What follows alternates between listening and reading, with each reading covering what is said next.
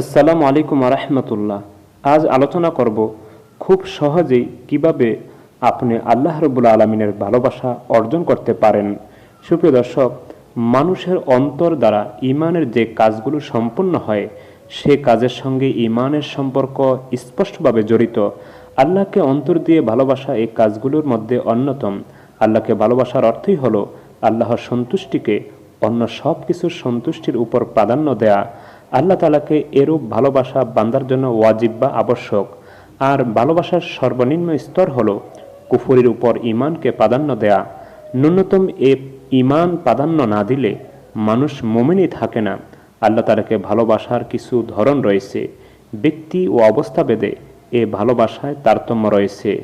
এর মধ্যে এক ধরনের ভালোবাসা হলো মহাব্বতে আকলি বা বুদ্ধিজাত ভালোবাসা, অন্যটি হলো মহাব্বতে তাবি বা স্বভাবজাত ভালোবাসা।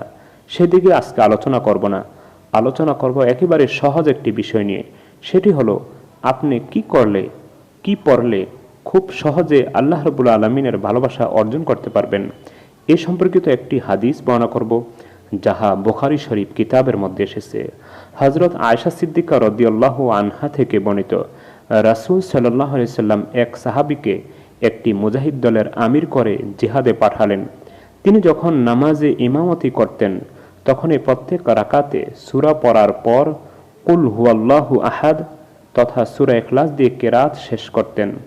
মুজাহিদগণ সেই অভিযান থেকে প্রত্যাবর্তন করে নবী সাল্লাল্লাহু আলাইহি ওয়াসাল্লামের খেদমতে বিষয়টি আলোচনা করলেন।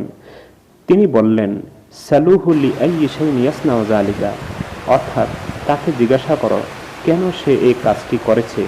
সুতরাং তারা তাকে জিজ্ঞাসা করলে তিনি উত্তরে বললেন, লিআন্নাহা সিফাতুর রহমান ফাআনা উহিব্বু আন আকরা বিহা, অর্থাৎ এই সূরাটিতে পরম করুণাময় আল্লাহর গুণাবলী রয়েছে, এই জন্য সূরাটি তেলাওয়াত করতে আমি ভালোবাসি।